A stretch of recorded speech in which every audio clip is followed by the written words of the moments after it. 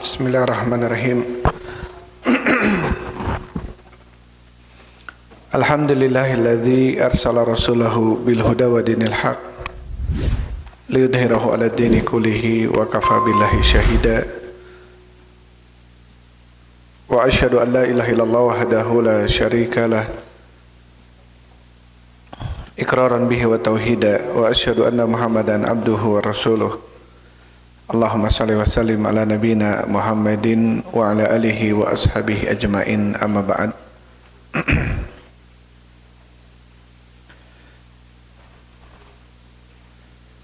Ikhwan wa akhwati fillah, habibakumullah, hadirin wal hadirat rahimani wa rahimakumullah. Insyaallah kita lanjutkan pembahasan kita dalam kitab Riyadhus Shalihin karya Imam An-Nawawi rahimahullahu taala.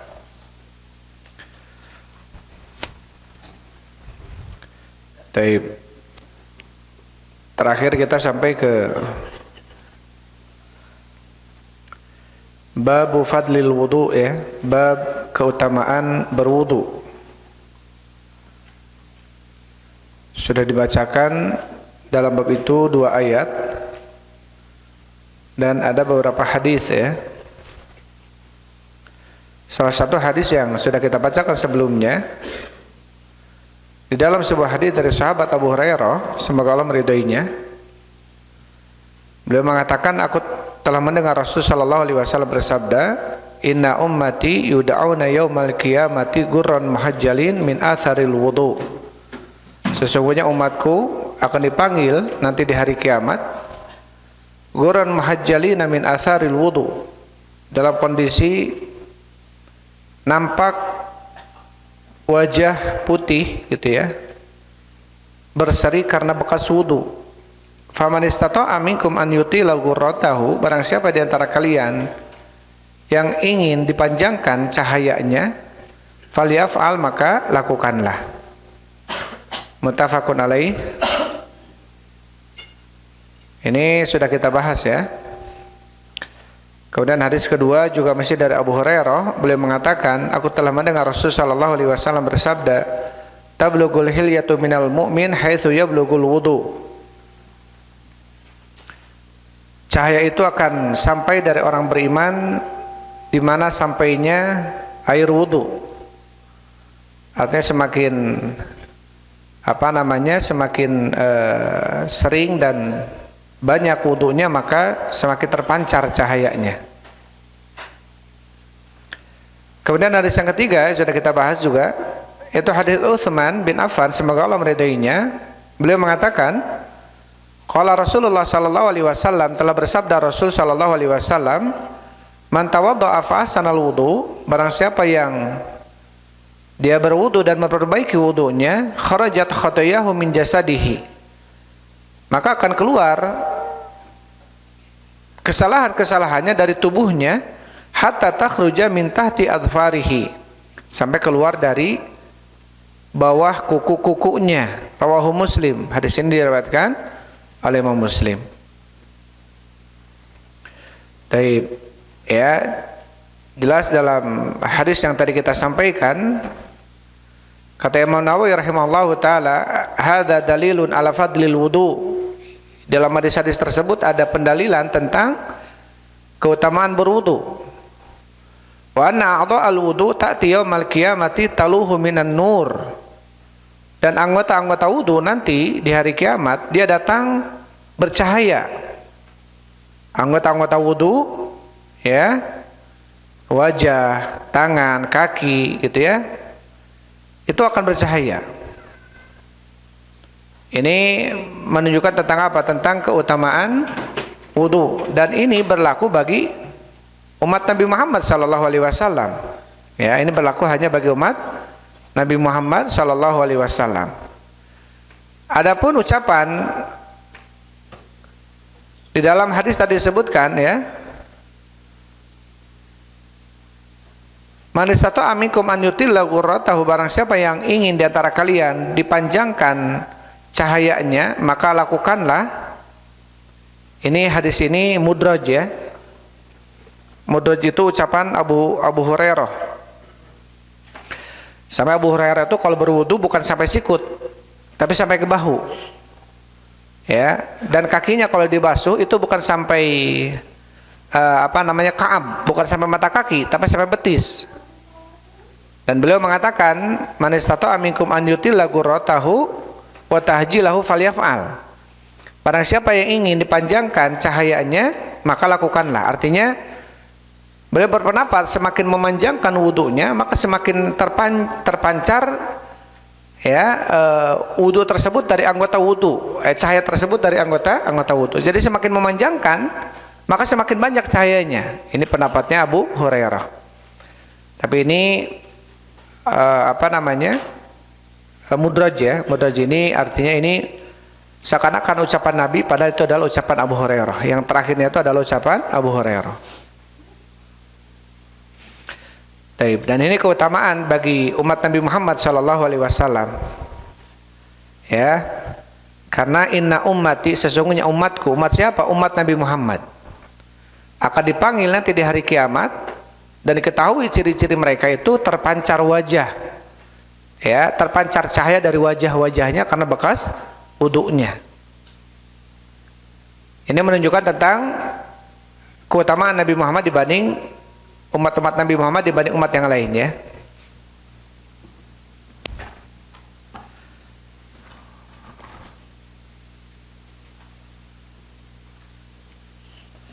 Baik.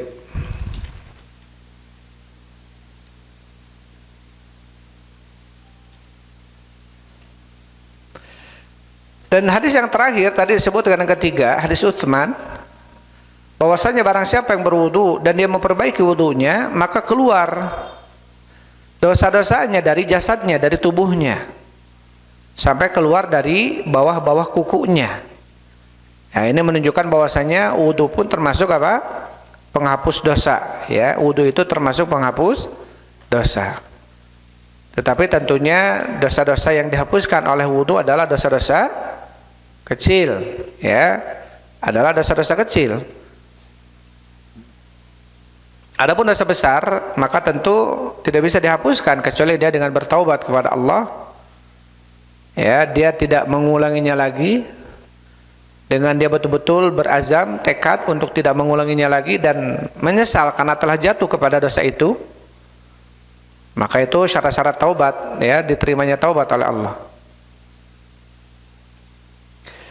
Tetapi dosa-dosa yang keluar terhapuskan karena wudu adalah dosa kecil. Di dalam surat An-Nisa Allah Subhanahu wa taala berfirman, "In tajtanibu kaba'ir." Apabila kalian menjauhkan diri-diri kalian dari dosa-dosa besar, ma tunhauna anhu, apa yang telah kalian larang, apa yang telah kalian dilarang darinya, itu dari dosa besar itu. Apa kata Allah? Nukafir ankum sayiatikum. Kami akan hapuskan bagi kalian kesalahan kalian, kata Allah. Wa nudkhilkum mudkhalan karima, dan kami akan masukkan kalian ke dalam tempat yang mulia, yaitu surga.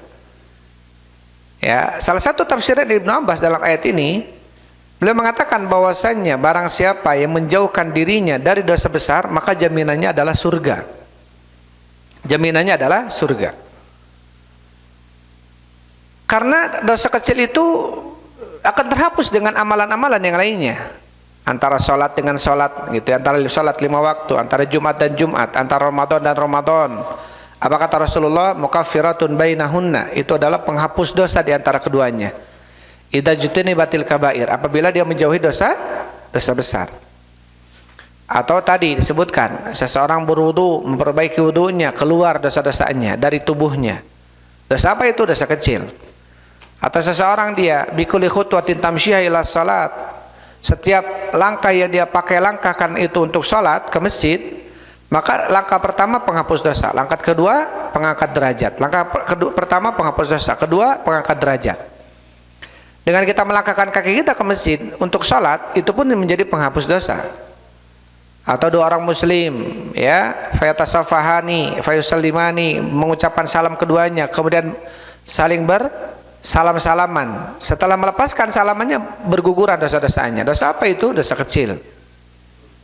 Assalamualaikum. Artinya dosa besar itu tetap harus ditobati. Ya, dosa besar itu harus ditobati. Dan syarat-syarat tobat tadi disebutkan, dia bertekad untuk tidak melakukannya lagi, dia menyesal telah melakukannya, dia merasa benci untuk jatuh kepada maksiat itu sebagaimana dia bencinya untuk dilemparkan oleh Allah ke dalam api neraka. Itu syarat dosa antara dia dengan Allah. Tapi kalau dosanya antara dia dengan Allah dan dengan manusia, tambahannya harus ada tambahan satu. Ya, dia meminta maaf dari yang bersangkutan. Apabila telah mencuri hartanya, meminta maaf, dihalalkan. Apabila telah memukulnya, mencucurkan darahnya, misalkan meminta maaf. Ya, atau telah menggibahinya, maka meminta maaf. Baik. Ini kalau dosa dengan manusia, maka tiga syarat tadi, tambahannya satu, dia harus mendapatkan pemaafan dari yang bersangkutan. Karena kalau tidak, tentu dia akan dihadapkan di sebuah pengadilan yang seadil-adilnya di hadapan Allah nanti. Ya, akan diputuskan oleh Allah Subhanahu wa taala. Itu hadis yang ketiga ya, sudah kita bahas sebelumnya. Sekarang kita masuk hadis yang keempat. Dikatakan oleh Imam Nawawi rahimahullahu taala, al-haditsu rabi, hadis yang keempat, wa anhu, dan darinya, artinya dari Utsman bin Affan, karena sebelumnya hadis ini dari Utsman bin Affan. Semoga Allah meridainya, qala, beliau mengatakan, raaitu Rasulullah sallallahu alaihi wasallam tawaddoa. Beliau mengatakan, aku telah melihat Rasul sallallahu alaihi wasallam berwudu, mithla wudu'i hadza, seperti wuduku ini, kata Utsman. Jadi Utsman berwudu di hadapan para sahabat-sahabat yang lainnya, dan Utsman mengatakan, aku telah melihat Rasulullah berwudu seperti wuduku ini. Tsumma qala, kemudian Rasul mengatakan, man tawaddo'a hakadza, barang siapa yang berwudu seperti ini, seperti wudunya Utsman, yang mana Utsman mencontoh wudunya Nabi, ghufira lahu ma taqaddama min dzanbi, akan dihapuskan baginya dosa-dosa yang telah lalu. Wa kanat salatuhu wa masyuhu ilal masjidi nafilatan, dan terbukti salatnya dia dan langkahnya dia yang dia langkahkan ke masjid adalah merupakan apa? Nafilatan, merupakan kebaikan, ya, tambahan. Nafilatan ini adalah amalan sunnah, amalan soleh, tambahan, ya. Jadi artinya semakin banyak wudunya, semakin banyak langkahnya ke masjid, maka semakin banyak pahalanya, gitu. Taib, itu hadis yang keempat. Kemudian hadis yang kelima kita bacakan dulu. Wa Nabi Hurairah radhiyallahu anhu, dari Abi Hurairah semoga Allah meridainya, anna Rasulullah sallallahu alaihi wasallam qala, bahwasanya Rasul sallallahu alaihi wasallam bersabda, idza tawaddaa al-'abdul muslimu, apabila seorang muslim dia berwudu, awil mu'minu, atau seorang mukmin, faghasala wajhahu, kemudian dia mencuci wajahnya, kharaja min wajhihi kullu khati'atin, keluar dari wajahnya setiap kesalahan-kesalahan, nadhara ilaiha bi ainaihi ma'al ma', ketika dia mencuci wajahnya, kata Rasul, keluar dari wajahnya setiap kesalahan-kesalahan yang dilihat oleh kedua matanya, dan kesalahan tersebut keluar bersama air, kata Rasul. Jadi berjatuhan air yang dipakai mencuci muka tersebut ketika wudu, maka ya berjatuhan pula apa? Dosa-dosanya. Au ma'akhiri qatril ma, atau berguguran bersama tetesan air terakhir dari wajah. Fa idza ghasala yadayhi, dan apabila dia mencuci kedua tangannya, kharaja min yadayhi kullu khati'atin, keluar dari kedua tangannya setiap kesalahan-kesalahan, kana batashatha yadahu malma, kesalahan-kesalahan tangan tersebut yang dia pakai, batasha ini di dalam memukul, gitu ya, kesalahan tangan seperti halnya memukul atau apapun itu, maka apa? Akan keluar dosa-dosa tersebut dari tangannya bersamaan air, bersama tetesan-tetesan air. Au ma akhiri qatril ma, atau bersama tetesan terakhir dari tangannya. Fa idza ghasala rijlaihi, maka apabila dia mencuci kedua kakinya, kharajat kullu khati'atin masyatha rijlahu ma'al ma, maka keluar setiap kesalahan yang dipakai oleh kaki untuk melangkah di dalam kesalahan tersebut, ma'al ma, bersama air. Ya, kesalahan yang dipakai oleh kaki seperti melangkah untuk melakukan kemaksiatan, ya, atau menendang atau apapun, atau melakukan sebuah dosa tapi dosanya kecil. Ya, kalau menendang tentu bisa masuk ke dosa besar ya. Kalau menendang, apalagi menendang sampai keluar darah misalkan, jelas itu dosa besar. Ada yang masih ingat definisi dosa besar? Hah? Kapan dosa itu dikatakan dosa besar?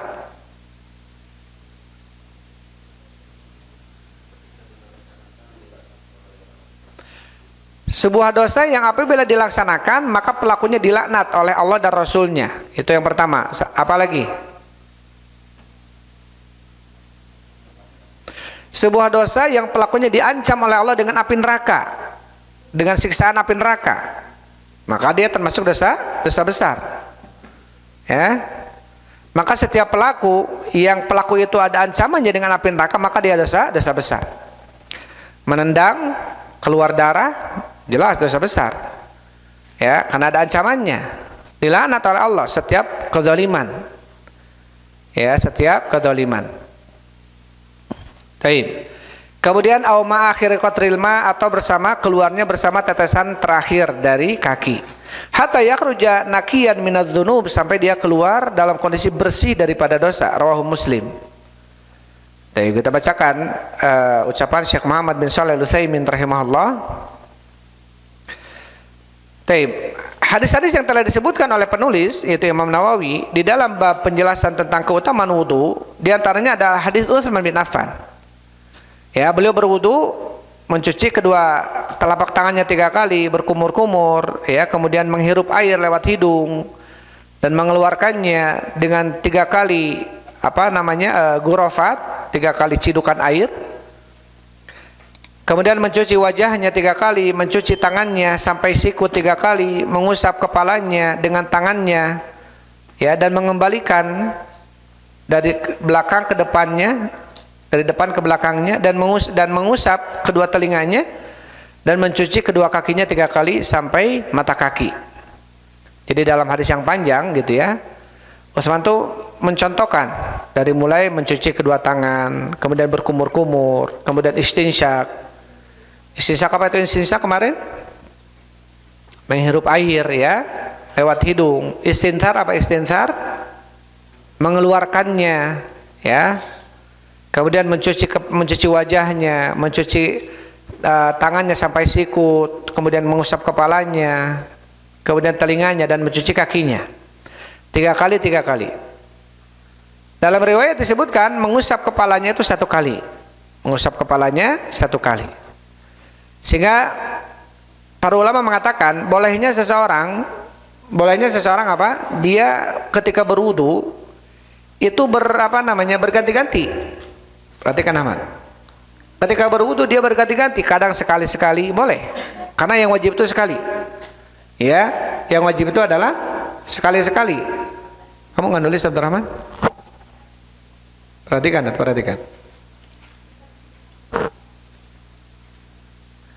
Yang wajib itu adalah berwudu sekali-sekali.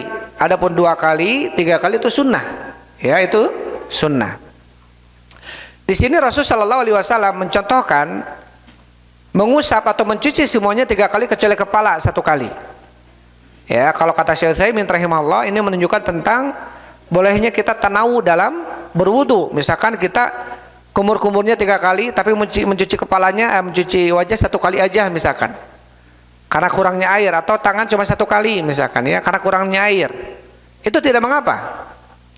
Ya, jadi nggak harus 3 kali semua, tidak apa-apa. Kalau memang airnya ada mencukupi, 3 kali semua tidak mengapa. Tapi misalkan pas mencuci kepala atau mencuci tangan 3 kali, wajahnya cuma 1 kali, kakinya 1 kali, gitu ya, ini sah, ya, tidak mengapa. Karena di sini Rasulullah juga ketika dicontohkan oleh Utsman tidak semuanya 3 kali, walaupun afdalnya memang 3 kali karena sunnah. Yang wajib adalah 1 kali. Kemudian Nabi SAW beliau mengatakan, man tawadda'a nahwa wudu'i hadza, barang siapa yang berwudu seperti wuduku ini, artinya wudu yang akan dibalas oleh Allah, wudu yang seperti wudunya Rasul, ya, seperti wudunya Rasul sallallahu alaihi wasallam. Di sini wudunya Rasul Shallallahu Alaihi Wasallam ini termasuk pendapat Hambali dan yang lainnya.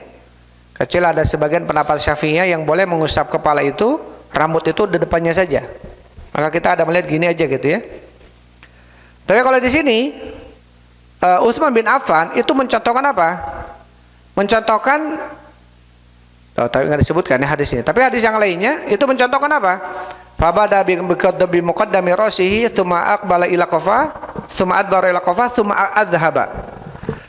Rasulullah memulai dari bi muqaddami rasi, dari mulai kepala depannya, dibawa ke belakang sampai pundak qafa, kemudian tsumma adbara, dikembalikan lagi. Ya, dikembalikan lagi. Maka ini sesuai kan hadis ini Muslim. Atau dalam Bukhari Muslim ya. Dalam Umdatul Ahkam. Tentang apa? Tentang bagaimana tata cara wudunya Nabi Shallallahu Alaihi Wasallam yang dicontohkan oleh Utsman bin Affan. Ya, rambut itu dimulai dari ke depan, dibawa ke belakang sampai pundak, dikembalikan lagi ke depan.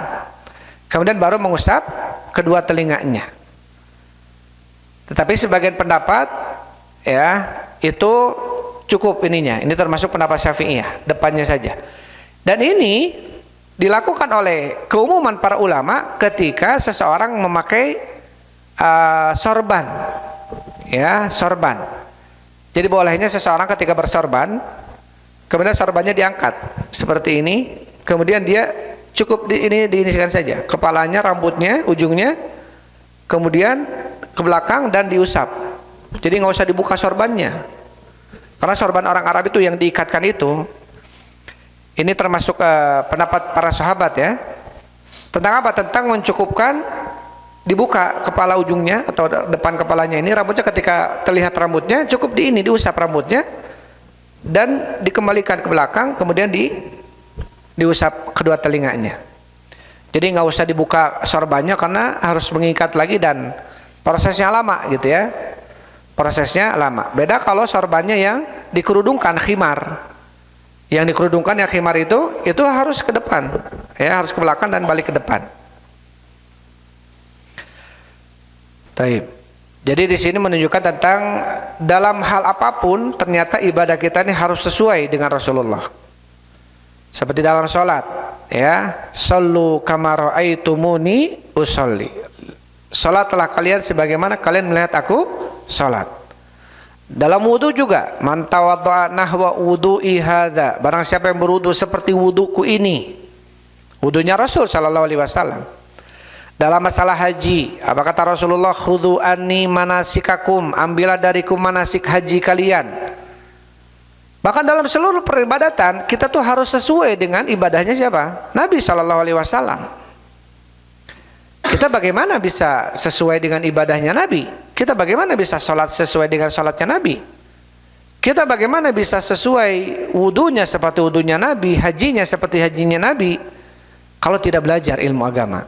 Ya, berarti belajar itu wajib, fardu ain. Ilmu-ilmu yang hukumnya fardu ain, ilmu-ilmu yang di dalamnya seperti sholat fardu ain ya. Sholat itu wajib bagi setiap individu, nggak bisa. Aduh, hari ini saya nggak bisa sholat, wakilkan aja, nggak bisa. Beda kalau nyolatin mayit, hari ini saya nggak bisa nyolatin mayit, saya ada di mana gitu ya, kalian aja yang nyolatin, maka gugur kewajiban dia, karena ini fardu kifayah. Atau jihad, seperti jihad menyerang, bukan fardu ain, itu fardu kifayah. Ketika sekelompok sudah ada yang melakukan, maka yang lain wajib, gugur kewajibannya. Adapun sholat, adapun haji, ya wudu, nggak bisa kemudian kita wakilkan ke orang untuk sholat. Hari ini saya nggak bisa sholat karena ada halangan misalkan. Ya, tetap dia harus sholat. Sedangkan sholat itu apa kata Rasulullah? Fardu ain. Berarti apa? Berarti mencari ilmu tentang sholat pun adalah fardu ain. Ma la yatimul wajibu illa bihi fahuwa wajib. Kata para ulama dalam kaidah usul fikih, apa disebutkan? Ma la yatimul wajibu illa bihi fahuwa wajib. Apa-apa yang tidak akan sempurna sebuah kewajiban kecuali dengannya, maka nyahnya itu jadi wajib. Salat ternyata kita nggak sempurna salat kita karena wudunya nggak benar. Wudunya berarti wajib. Salat kita nggak sah, salatnya nggak benar, berarti mencari ilmu tentang salatnya pun menjadi wajib. Wudhu kita tuh harus ada air, sedangkan air kita nggak punya, tapi di warung ada air nih. Berarti kita wajib membeli. Nggak kemudian, aduh saya udah di rumah nggak ada air, padahal di warung ada jualan. Akhirnya dia bermudah-mudah dengan tayamum, padahal bisa beli. Uang ada, harus dia wajib beli. Karena ma la yatimul wajibu illa bihi fahuwa wajib. Tidak akan sempurna sebuah kewajiban kecuali dengannya, makanya hanya itu jadi wajib. Maka ilmu tentang fardu ain pun maka menjadi apa? Fardu ain. Berarti ilmu tentang salat adalah wajib. Nggak bisa kita kemudian bodoh darinya, harus tahu. Ilmu tentang wudu, ya. Ilmu tentang haji atau tentang ibadah-ibadah yang lainnya yang jelas fardu ain, maka hukum mencarinya pun adalah fardu ain. Nggak bisalah urusan ustad aja mencari ilmu, kita mah dengerin aja. Iya aja, ya, nggak bisa seperti itu. Harus kita mencari ilmu, ya. Harus kita mencari ilmu. Terlebih ilmu yang dipakai untuk sebuah kewajiban fardu ain. Ya, kecuali ilmu-ilmu yang sifatnya fardu kifayah, ilmu yang mustahab, nahwu gitu ya. Ilmu mustalah hadis. Ketika kita nggak pintar pun tentang nahwu, nggak apa-apa, nggak dosa. Tapi kalau kita nggak pintar tentang akidah, nggak pintar tentang fikih, tentang fikih sholat, fikih saum, fikih zakat, fikih haji, jadi dosa kita. Ya, jadi dosa kita. Taib. Jadi nanti nggak bisa kemudian, wah kamu nih, ya, ternyata di hari kiamat dia bawa pahala sholat, tapi sholatnya ternyata banyak yang salah. Dan nggak ada udzur, ya Allah saya karena nggak belajar. Taib. Kenapa nggak belajar? Apakah di sana nggak ada yang ngajar? Ada, cuma sayanya nggak mau aja. Berarti dia dosanya berpaling dari agama Allah. Ya, wa man a'rada an dzikri, barang siapa yang berpaling dari zikir kepadaku, fa innalahu ma'isyatan dhanka, maka sesungguhnya baginya kehidupan yang sempit. Bisa terasa sempit seseorang yang dia tidak mengkaji ilmu agama, itu jaminannya apa? Bisa disempitkan oleh Allah hidupnya. Sempit apanya? Sempit hatinya. Walaupun hartanya banyak, bisa jadi sempit, gitu ya. Ketika dia berpaling dari zikir, berpaling dari ilmu, ya. Karena dalam surat Thaha, wa man a'rada an dzikri fa innalahu ma'isyatan dhanka. Barang siapa yang berpaling dari zikir kepadaku, dari mengingatku, dari mempelajari ilmu tentangku, fa innalahu ma'isyatan dhanka, maka baginya kehidupan yang sempit. Ternyata yang membuat seseorang nyaman, ya, yang membuat seseorang tenang itu ternyata zikir, mengingat Allah, ya. Karena berapa banyak orang yang Allah berikan harta, Allah berikan kedudukan, ya. Berapa banyak orang yang Allah jadikan dia mungkin paling kaya, paling mempunyai pengaruh gitu ya, pejabat besar, bahkan dia terkenal, ternyata kehidupannya sempit. Karena memang Allah tidak berikan kenyamanan kepadanya, karena dia berpaling dari Allah. Jadi ini talabul ilmi ada termasuk salah satu sebab agar kita diberikan tumakninah, ya, sakinah, tenang.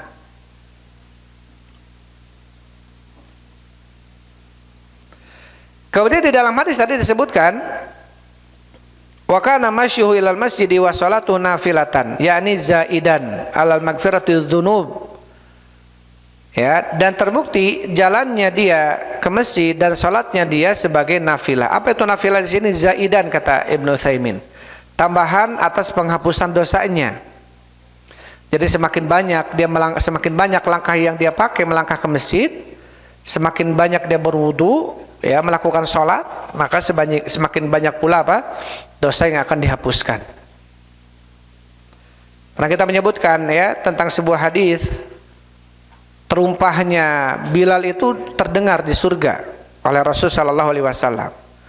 Kemudian Rasulullah bertanya kepada Bilal, ayu amalin arja indak, amalan apa yang paling spesial di sisimu ya Bilal? Jadi ada amalan itu amalan apa kira-kira yang paling spesial di sisimu sehingga membuat terumpahmu terdengar di surga? Bilal mengatakan, tidak ada, kecuali saya setiap kali hadas gitu ya, batal, mau kencing, mau kentut, mau apapun itu dia batal dari wudunya, maka saya berwudu lagi dan melakukan sholat syukrul wudu, ya. Jadi amalan itu yang membuat apa? Bilal ternyata mendapatkan keutamaan dengan dimasukkan ke surga dan terdengar suara terumpah di surganya itu oleh Rasulullah. Taib. Dan ini tentu bukan menjadi dalil bagi mereka yang mengatakan bahwasanya nggak setiap amalan itu nggak harus ada dalil. Buktinya Rasulullah aja nggak tahu ternyata amalannya Bilal. Berarti Rasul nggak tahu, setelah dikawari oleh Bilal baru tahu. Berarti nggak setiap amalan yang kita lakukan itu jelek walaupun nggak ada contohnya dari Rasul. Bilal pun melakukan amalan ini Rasul nggak tahu, berarti nggak ada contohnya dari Rasulullah. Ya, sekilas masuk akal. Padahal ini salah ucapan ini. Apa namanya? Karena ucapan ini kalau kemudian diterapkan itu akan banyak yang akhirnya apa? Beralihkan dengan ucapan ini seakan-akan benar, membolehkan seluruh amalan-amalan yang ada dalilnya. Selama diyakini ini adalah baik, apalagi niatnya soleh. Niatnya kan kita ngumpul-ngumpul makan, ngasih makan orang gitu ya, ngumpul-ngumpul ngaji. Ternyata ngajinya dalam rangka-rangka tertentu gitu ya. Nah ini peringatan-peringatan tertentu itu tidak boleh. Dan ada ustadz yang dibesarkan, ustadz besar mungkin ya di Indonesia, mengucapkan ucapan itu. Nah, ini bahaya. Yang diustadkan ya. Taib.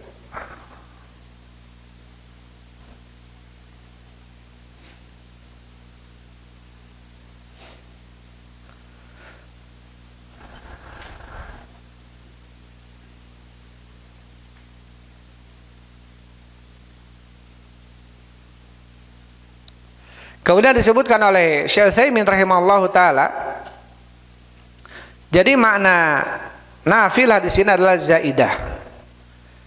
Apa dalilnya? Lianna nafla fil lughati ma'nahu ziyadah. Karena nafilatan itu dalam bahasa artinya adalah ziyadah, tambahan. Kama qala Allah taala, sebagaimana Allah berfirman dalam surat Al-Isra ayat 79, wa minal laili fatahajjad bihi nafilatan lak. Dan di malam hari bertahajudlah, ya, bersungguh-sungguhlah dengannya di malam hari itu. Sebagai apa? Sebagai nafilatan, tambahan untukmu. Jadi tahajud itu adalah amalan nafilah, amalan tambahan. Tahajud, ya. Baik. Dan Rasul Shallallahu Alaihi Wasallam tidak pernah meninggalkan itu. Tidak pernah meninggalkan salat malam atau salat witir. Ya, itu tidak pernah ditinggalkan oleh Rasul. Jadi dua salat sunnah yang tidak pernah ditinggalkan oleh Rasul Shallallahu Alaihi Wasallam, baik sedang ada di rumah atau sedang melakukan perjalanan safar, yaitu 2 rakaat sebelum salat subuh dan salat witir. Ya, dan salat witir. Ya, walaupun cuma 3 rakaat, cuma 5 rakaat, tapi terus dilakukan karena tidak pernah ditinggalkan oleh Rasul. Biasanya kalau sholat sunnah-sunnah yang lainnya, Rasul kalau sedang safar, Rasul tinggalkan. Rasul tidak pernah sholat sunnah. Ya, qobliyah, ba'diyah zuhur, ya, atau ba'dal maghrib, ba'dal isya, itu tidak pernah dilakukan oleh Rasul ketika Rasul safar. Tapi yang tadi disebutkan 2 rakaat sebelum subuh dan witir itu tidak pernah ditinggalkan oleh Rasul walaupun Rasul sedang apa? Sedang safar. Artinya menunjukkan apa? Besar sekali gitu ya keutamaannya. Besar sekali keutamaan. Sampai Rasul dalam hadis ini bermakna wajib sebetulnya witir itu. Ija'alu akhiru salatikum bilaili witro. Jadikanlah salat kalian di malam hari itu witir. Ya, genap, ganjil. Jadi ada perintah, ij'alu, jadikanlah. Jadi kalau bisa kita melakukan salat witir gitu ya, penghujung malam itu dengan bilangan ganjil.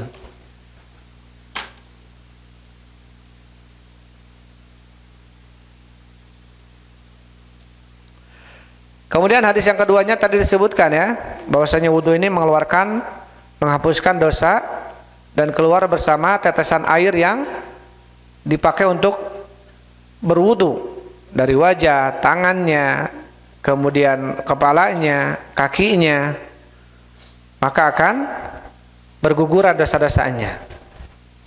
Baik, akan berguguran dosa-dosanya, tetapi tentu dosa-dosa yang kecil. Fahada dalilun ala fadilatil wudu, ini merupakan dalil tentang keutamaan wudu. Ya, tentang keutamaan wudu.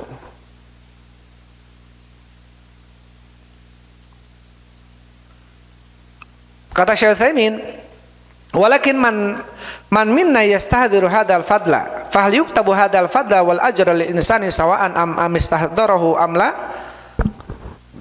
Apakah bagi kita yang menghadirkan keutamaan ini, jadi kita sekarang tahu nih keutamaan wudu itu apa saja tadi ya disebutkan.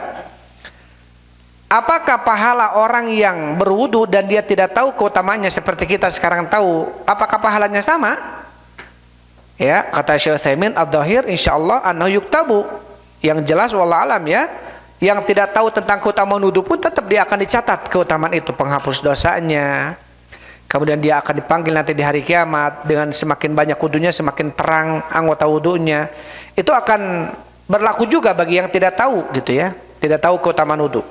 Lakin idza stahdarahu fa huwa akmal, tetapi apabila dia tahu dan menghadirkan keutamaan itu ketika berwudu, maka itu lebih sempurna gitu ya, karena dia akan berharap pahala kepada Allah Subhanahu wa taala. Jadi ini pentingnya, kenapa kita salah satunya pentingnya kita salah satunya mengetahui keutamaan-keutamaan amalan. Ketika kita beramal akan semakin bersemangat dalam beramal, juga apa? Akan muncul dari diri kita mengharapkan keutamaan itu. Beda kalau nggak ada keutamaannya gitu ya, atau nggak tahu keutamaannya, kita akan lempeng-lempeng aja, wudu aja sudah. Beda ketika kita sudah tahu, kita akan dalam wudu itu berharap kita akan mendapatkan keutamaan-keutamaan yang tadi telah kita ketahui. Baik, itu ya dua hadis yang dibacakan malam ini. Wallahu a'lam bishawab. Alhamdulillah wassalatu wassalamu ala Rasulillah. Subhanakallahumma rabbana bihamdik asyhadu an la